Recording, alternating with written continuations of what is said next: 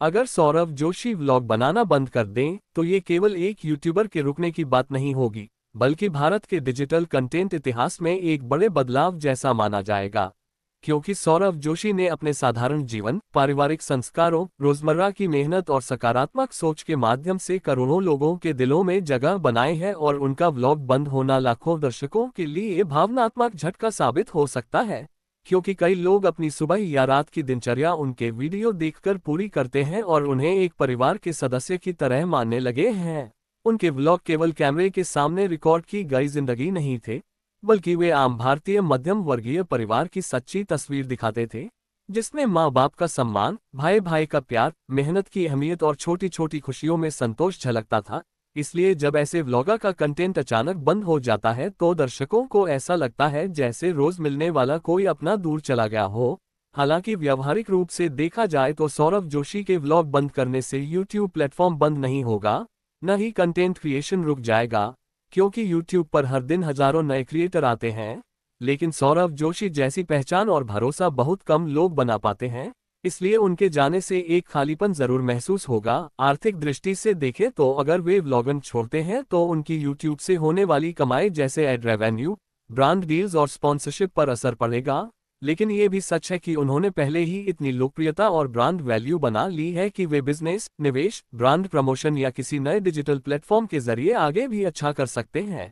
वहीं उनके परिवार पर भी इसका असर होगा, क्योंकि व्लॉग उनके परिवार की रोजमर्रा की गतिविधियों से जुड़ा हुआ था।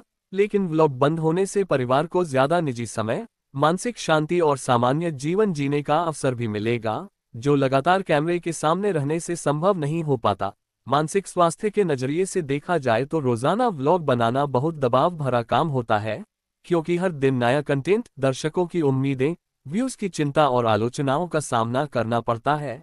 ऐसे में अगर सौरव जोशी व्लॉग बंद करते हैं तो यह फैसला उनके मानसिक सुकून और व्यक्तिगत जीवन के लिए सकारात्मक भी हो सकता है, क्योंकि कई बड़े क्रिएटर समय के साथ बर्नआउट महसूस करने लगते हैं।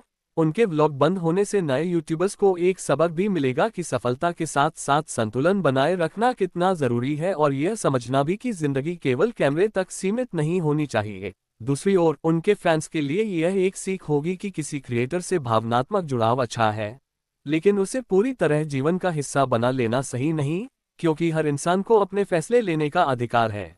ये भी संभव है कि सौरव जोशी पूरी तरह से डिजिटल दुनिया से गायब न हो, बल्कि व्लॉग की जगह कम video, podcast, documentary, motivational content या किसी खास विषय पर वीडियो बनाएं, जिससे उनका अनुभव और लोकप्रियता नए रूप में सामने आए। उनके पुराने व्लॉग यूट्यूब पर हमेशा मौजूद रहेंगे, जिन्हें आने वाली पीढ़ियां भी देखेंगी और उनसे प्रेरणा लेंगी, क्योंकि सादगी, मेहनत और पारिवारिक मूल्यों पर आधारित कंटेंट समय के साथ पुराना नहीं होता। सामाजिक स्तर पर देखा जाए तो सौरव जोशी जैसे व्लॉगर ने ये साबित किया कि बिना दिखावे, बिना विवाद और बिना गलत कंटेंट के भी यूट्यूब पर बड़ी सफलता पाई जा सकती है।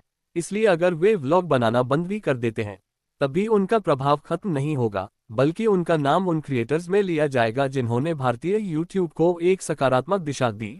अंत में कहा जा सकता है कि सौरव जोशी का व्लॉग बंद करना दर्शकों के लिए दुखद जरूर होगा, लेकिन ये जीवन का स्वाभाविक बदलाव है, क्योंकि हर इंसान को आगे बढ़ने, रुकने या दिशा बदलने का अधिकार है।